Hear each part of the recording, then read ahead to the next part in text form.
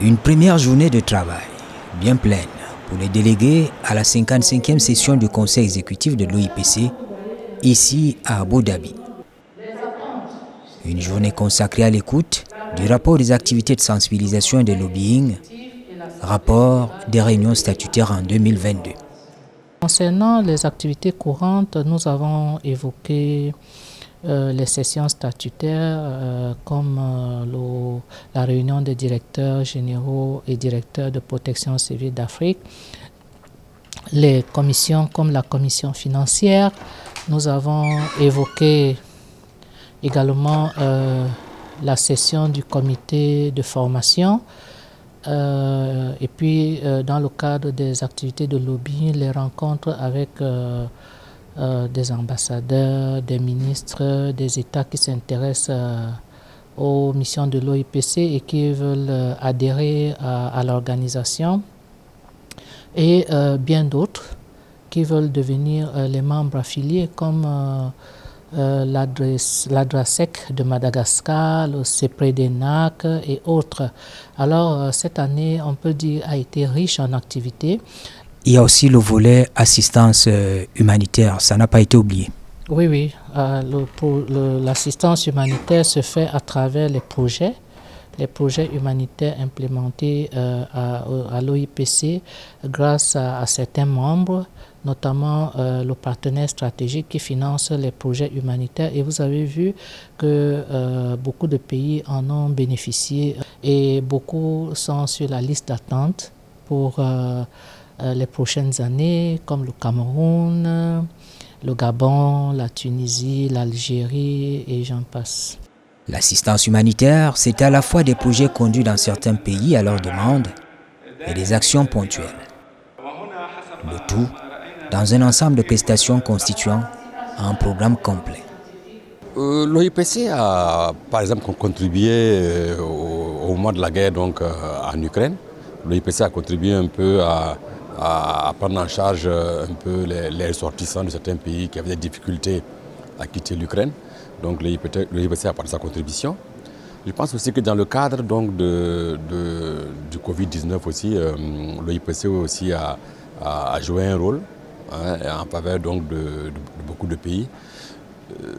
L'OIPC est une organisation internationale mais qui repose un peu sur les différents pays membres. Donc je pense qu'il appartient aussi aux pays membres aussi de faire des efforts et de faire des démarches aussi envers l'OIPC lorsque le besoin se présente. Mais il est question, le débat aujourd'hui, c'est relever les cotisations des États membres. Comment voyez-vous cette affaire? Mais vous savez, il y a des États puissants et il y en a qui ne sont pas puissants. Donc c'est tout à fait normal que Madame le secrétaire général puisse soumettre cette question au Conseil exécutif pour qu'on essaie de regarder comment gérer les inadéquations qui existent entre ces différents États. Mais dans tous les cas, c'est un sujet qui a été soumis. Donc dans le lobbying, c'est sûr qu'on va essayer de contribuer chacun. Voilà un tout petit peu.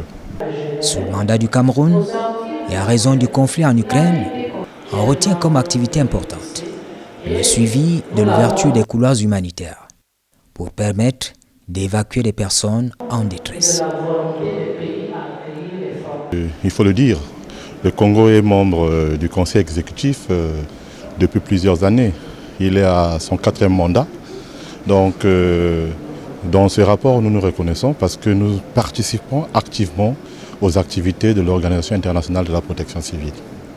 Donc, c'est un rapport que nous avons suivi avec fierté et nous avons pris le temps de juger chaque élément de ce rapport pour être en adéquation avec ce qui s'était dit lors des anciennes sessions qui se sont déroulées à Genève.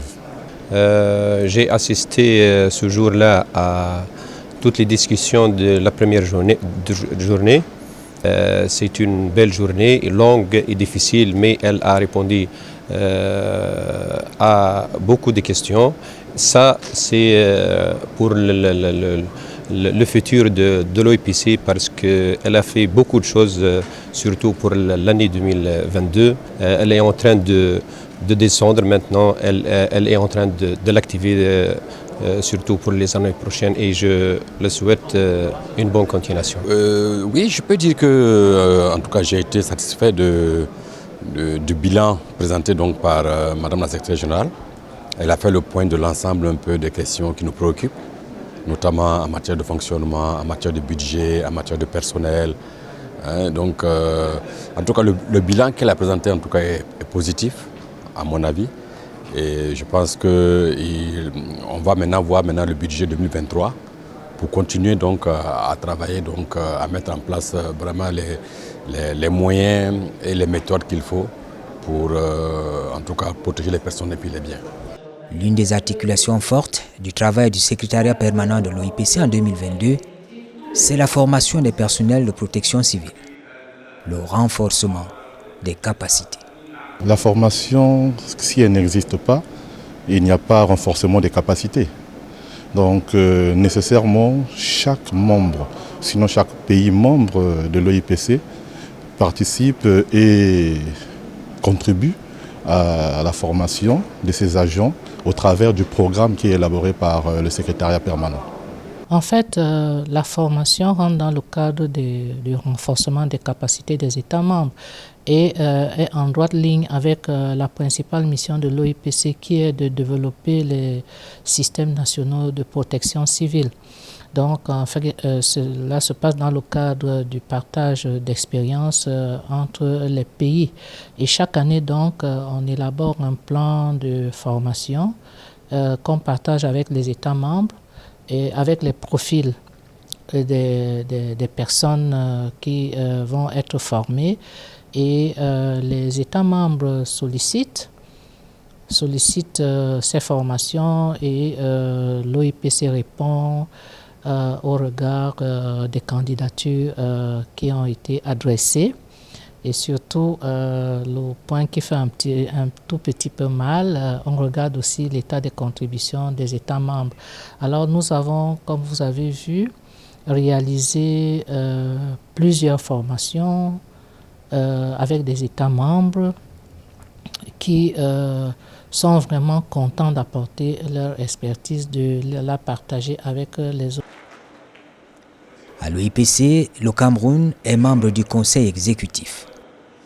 L'idée de créer un bureau régional de l'OIPC à Yaoundé enchante la délégation conduite par le ministre de l'administration territoriale Paul Atangangui, qui y voit un avantage comparatif certain. First of all, I wish to bring you warm greetings from His Excellency Paul Biya.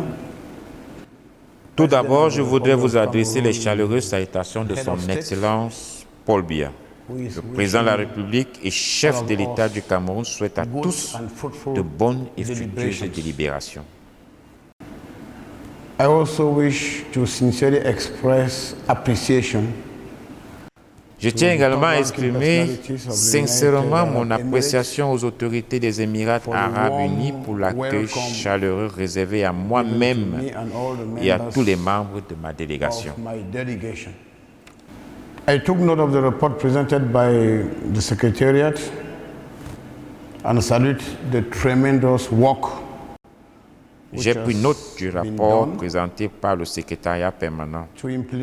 Je mesure l'immense travail abattu pour le Conseil exécutif et l'Assemblée générale.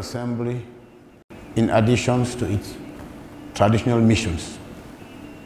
Nous espérons que tous les pays membres feront tout leur possible pour soutenir l'OIPC dans toutes ses missions stratégiques. The ICDO in all their strategic missions. With regards to the development of ICDO, en ce qui concerne la création du bureau régional de l'OIPC en Afrique, je vous exprime ici au nom du gouvernement du Cameroun notre entière disponibilité à héberger ce nouveau bureau stratégique. To host this new and strategic office.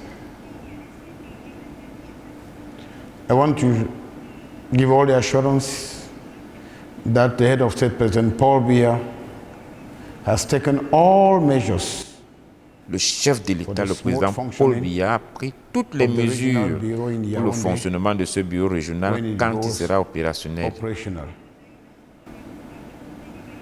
You can count on Cameroon. Vous pouvez compter sur le Cameroun qui est un partenaire constructif in all et the fiable. activities of the ICDO. And we want to call on all the member states to fully cooperate and strengthen their collaboration with this strategic organization. Nous appelons tous les États membres à coopérer pleinement et à renforcer la collaboration avec cette organisation stratégique, car nous avons tous un défi majeur.